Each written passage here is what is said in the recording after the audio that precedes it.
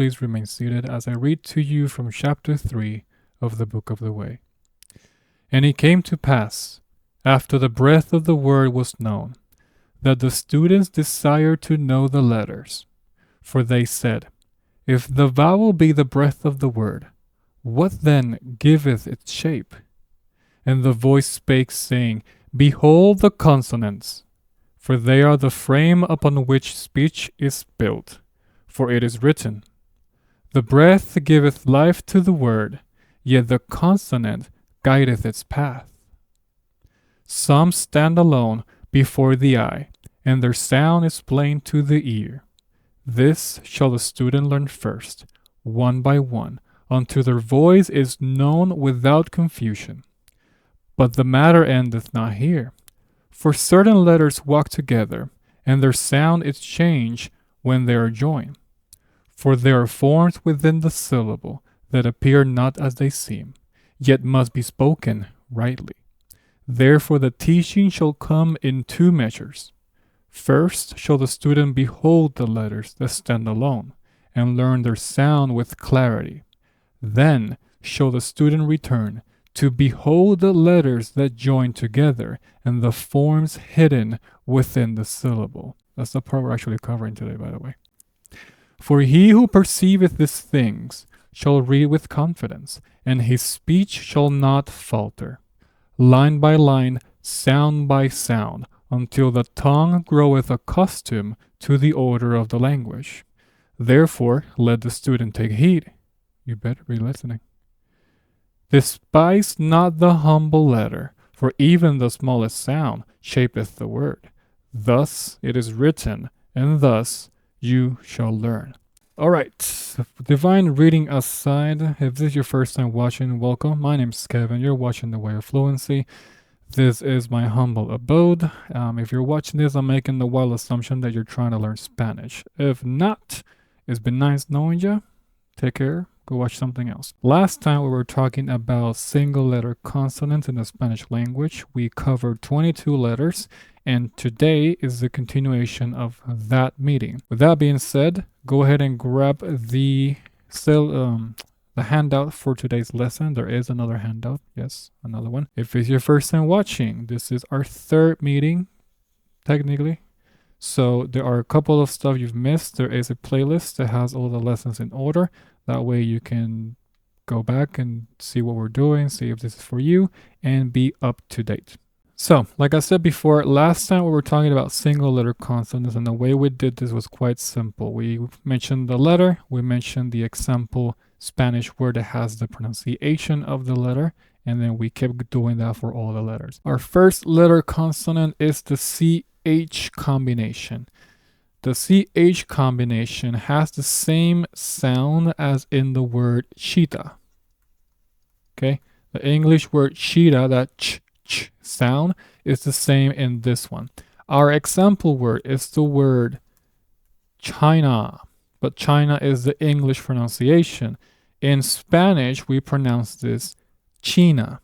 Okay, so the letter CH or CH, the pronunciation or example word for this will be China. Okay, China. There's nothing else to add there. Our next double letter consonant is the double C. Now, this is a peculiar one. You might have seen this in words that are Italian in nature. This is a very common thing in the Italian language. In Spanish, though, it is present, and it almost has the sound of a KS sound. And if you recall from our previous session, the KS sound is that of an X sound. So the example word that we have for us is acción. Acción is the Spanish word for action, okay, which is written this way, action. But in Spanish, this sounds more like a KS sound, so it's acción. Also, remember, there's this little thing over here that we mentioned before is a stress mark. That will be the topic of our next lesson or next meetup, okay? What that means is the force of the pronunciation in this word goes in the last syllable. So when you read the word, you say acción, All right. So that is that. The double C in Spanish, I can't really think of many words that have this. And the reason or the logic behind this double letter consonant is I don't want you to have any surprises when you look up words. So if you find a word in Spanish and you see this, you already know how typically it's going to be pronounced. Our next double consonant is one that we've actually seen before, and that is the double L or doble L. The double L has two pronunciations, so there's two example words. Number one, we have the word lluvia, which means rain.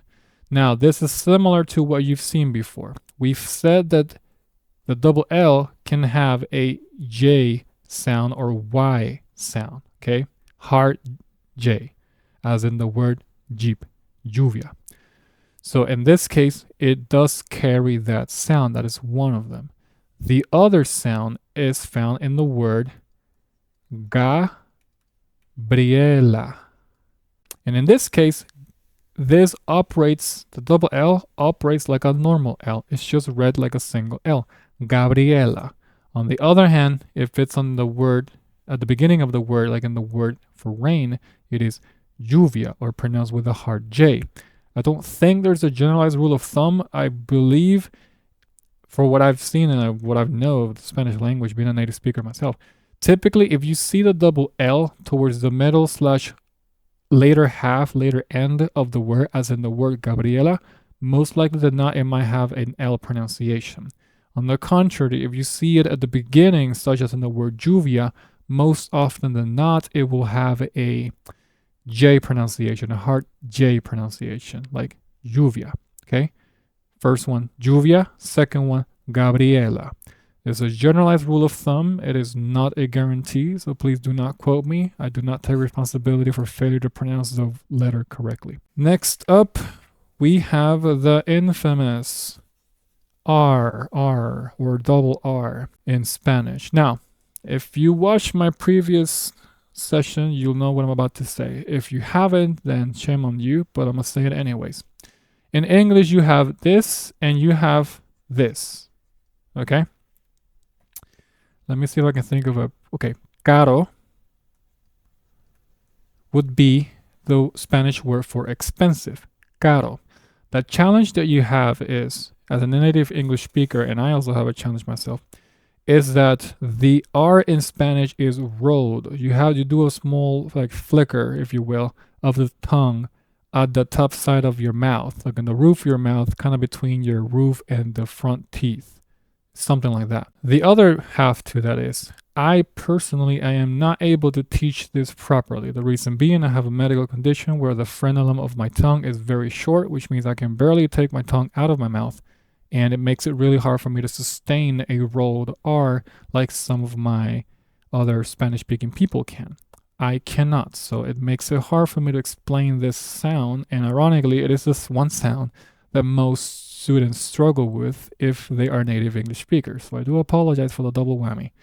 That being said, I do want you to understand conceptually at least this. The R, there's a single R and there is a double R. They are both rolled, but the duration of it is slightly different.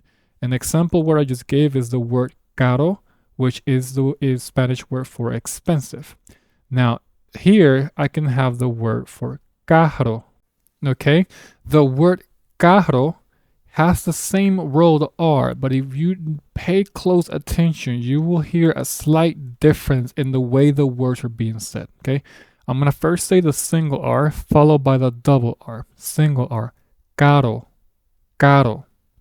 Double R, caro, caro. Hopefully you can tell there's a slight more stress, if you will, or a small elongation of that double R sound. Either way, both of them are rolled R. The duration is what changes. Like I said in my previous video, the closest thing I can get to that particular sound is for you to play with the word broom or broom, B-R-O-O-M. If you start saying the word broom, but you do it in a somewhat funny way where you start playing around with sounds, almost as if you were a kid trying to mimic the sound of an engine, you will end up eventually with that rolled R pronunciation. So you can go something like broom, Broom, broom, broom, broom, broom, broom, broom. That being said, because I'm unable to properly explain this or teach the sound of the rolled R, I've taken the liberty of adding links to other people's videos across YouTube who do a great job at explaining the double R sound and how to get to it and either how to practice it. Okay, so that will be there for your information. I have no affiliation with any of these people. I'm freely doing it because they're doing a great job and I want you guys to learn how to do double R's. Okay, so there's no relationship whatsoever there. But if you can't pronounce it, that's perfectly fine. If you say ka like caro or caro, people will still understand you. Okay, it is not the end of the world. It is still an R nonetheless. So please do not panic and or throw away your entire learning and jump off a bridge just because you can't do one sound. Okay, don't let that one thing hinder you from all the other progress you can make in the language. Now, our next double consonant is the SC or SC. Now, this one also, I forgot to put the asterisk on it. It has two pronunciations. On the one hand, we have the SK sound. Okay, SK as in the word pescar. The word pescar means to fish. It's a verb, and in English, the equivalent will be to fish. This SC is pronounced SK, and if you remember, the C in Spanish has two pronunciations. You have known this from our previous session. Has two pronunciations, and one of them is the S sound. The other one is the K sound. If the word, the C, is in the middle of the word, what did I say? 9 times out of 10, it's going to be an S sound. This is one of those times where that exception is broken, okay? Hence why I said it's a general rule of thumb, but it doesn't mean it's going to be the same way all the time. So, for our instances, whenever you see the SC combination, one of the pronunciations is going to be the SK pronunciation. The other one is going to be an S pronunciation. So, in a way, both the S and the C, they combine into one sound, being an S, and the example for that will be piscina, which means pool as in a water pool, okay, like a pool party. Not talking pool as in the sport, the one where you hit the stick with the balls and the little, I don't know what you call it, little platform. That's not what I'm talking about. I'm talking about a water pool.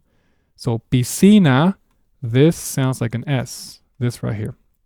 So again, SC in Spanish is a double consonant unique to the language, and it can be pronounced as pescar, to fish, or piscina, pool. All right, now that we are done with the double consonant, let's go ahead and move to unique syllables. Now, these syllables are syllables that are present in the Spanish language, are pretty specific to the language, and they do not exist in English. First thing you need to know, let me just write them out so you can see what they look like.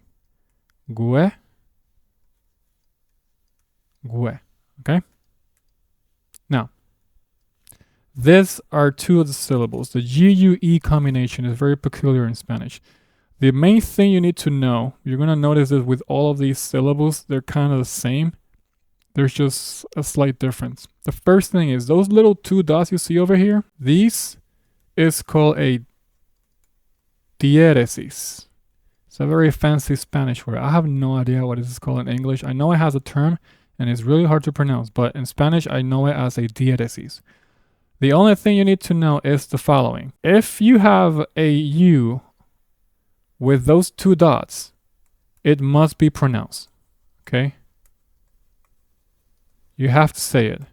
If you see a U in this combination as in a GUE, GUA, GUI, and it does not have those two dots, you don't pronounce it, okay? This is a no-go. You don't say it. You pretend as if the U is not there. The example word for this is the word cigüeña. Okay? Cigüeña. Notice that I'm saying GUE, GUE. I'm pronouncing the whole thing.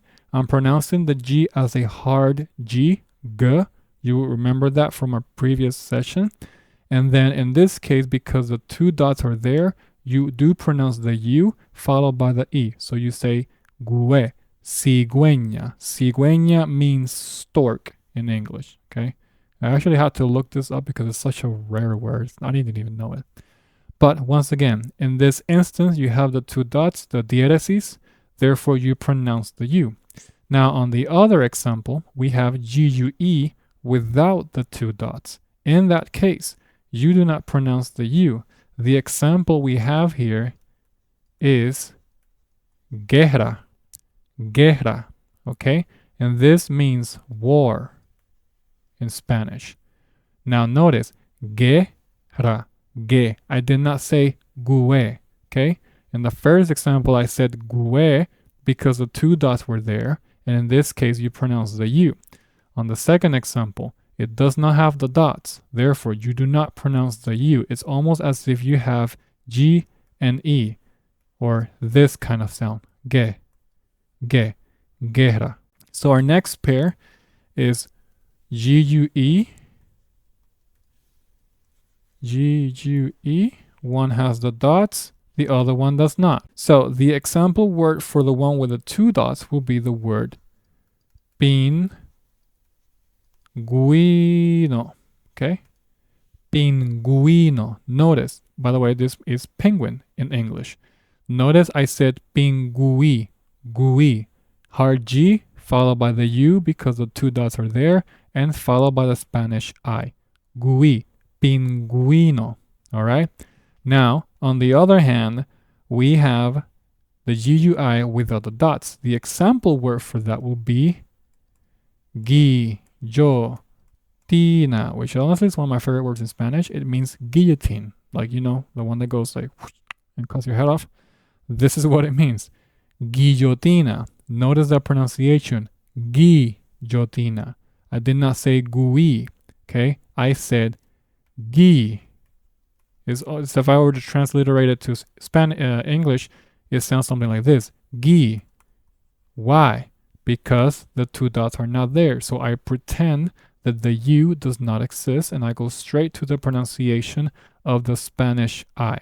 Okay? So in this case, guillotina. First pronunciation, pinguino. Second pronunciation, guillotina. The next one is a bit of an oddball. It's a stand-alone, GUA. This one, technically, I could not find a word that has GUA with the dots. I don't know if a word exists in the Spanish language that has that, okay? If you find one, let me know, but I could not find one. Therefore, you can pretend that this does not exist, and therefore, there's only one way of writing this combination in Spanish. The problem is, though, that people still pronounce it as if it has the two dots. So this one is a bit of an off one. The example word is guante. Notice that I say guante, almost as if the two dots were there, even though that was not the case. So what I referred to earlier was this. Some of these words, and this is very peculiar or more so for the combination of GUA, it will be pronounced as if it had the two dots, the diatheses. But unfortunately, they're not present. So you really just only know that once you see the word. Thankfully, there aren't that many words that have this combination. Okay, there's very, very, very, very few words. This is one of them, guante. I could not find any more. But with the other words, such as GUE or GUI, unfortunately, sometimes people will write them away without the two dots and pronounce it as if it had the two dots. So you have the GUE, GUI, GUA. This one can be pronounced as if it had the two dots, even though they're not there. And these have their equivalent with the dots. Okay? Those are the main ones. Now, the last syllables that I'm going to cover are ones that we've seen before. It's the key U-E combination. And I'm going to add to that the Q-U-I. Notice it looks very similar to the ones we just saw, but now we have a Q instead of a G. Now, if you recall, the Q in Spanish typically is going to have a K sound. Now, the example word for the first is going to be queso. We saw this before. queso. This one, however, does not have that thing with the two dots, the diatheses. Therefore, you skip the U sound and you just go straight to the next vowel. So in this case, queso. Another one that you're going to see is the QUI, and that can be found in the word mantequilla. And that means butter in Spanish. Queso means cheese. Mantequilla means butter. In this case, notice I say mantequilla. Quilla. I skip on the U. Why? Because there is no diathesis. Okay, I really cannot find a word with a QUE, QUI combination that has a diathesis. I don't think it exists. If you find one, let me know. So, to wrap it up, we have GUE, GUI, GUA, which is a bit of a standalone, and then we have QUE, QUI. So if you notice, it's kind of a similar anatomy, if you will. Just note that these do have the diathesis versions. These ones do not. They do not have the diathesis version.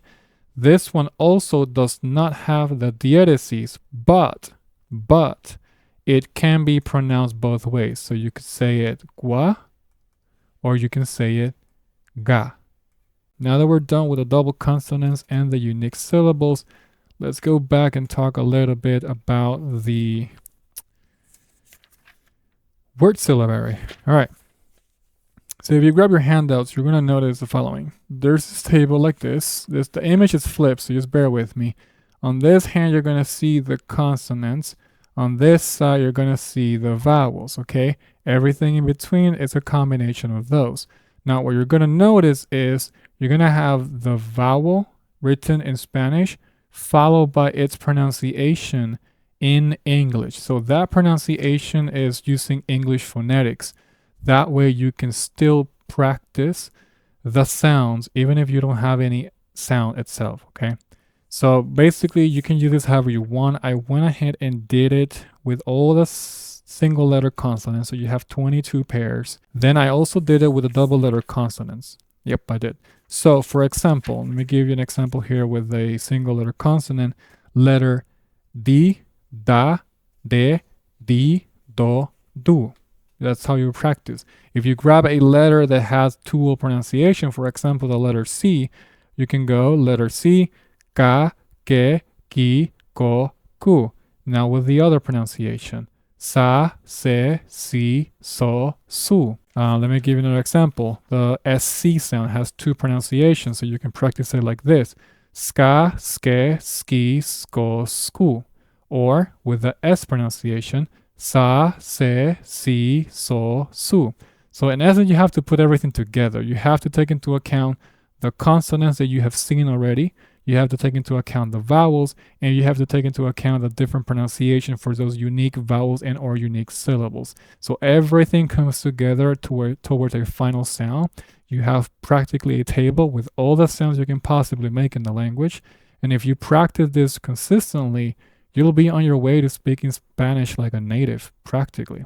Our next meetup or next lesson will cover stress and accent marks. So that will be basically a lesson to kind of wrap it all up. It's going to be a little bit more specific to how do you pronounce a word if you've never seen it ever in your life without having heard it also. You can still pronounce it with the correct accentuation or force of pronunciation. That's all I have for you. Once again, my name is Kevin. This is the Way of Fluency. Class is dismissed. Take care. Do not die.